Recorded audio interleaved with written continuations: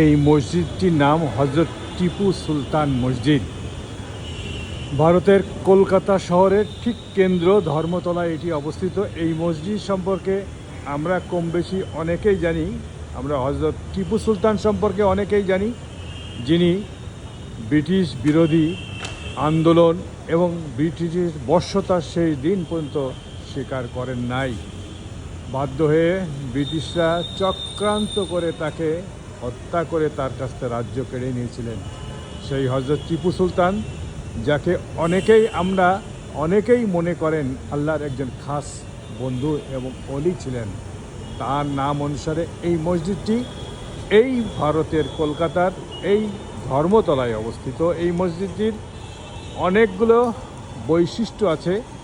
যারা এই মসজিদে যাওয়া আসা করেন তারা অনেকেই মনে করেন বাইরের প্রচণ্ড খর ও তাপ এর মধ্যে যদি আপনি এই মসজিদটিতে আসেন এবং এই মসজিদটির বারান্দা হোক যে কোনো স্থানে যদি আপনি অবস্থান করেন, আপনি অনুভব করবেন এক প্রকার রহমতের সুশীতল বাতাস।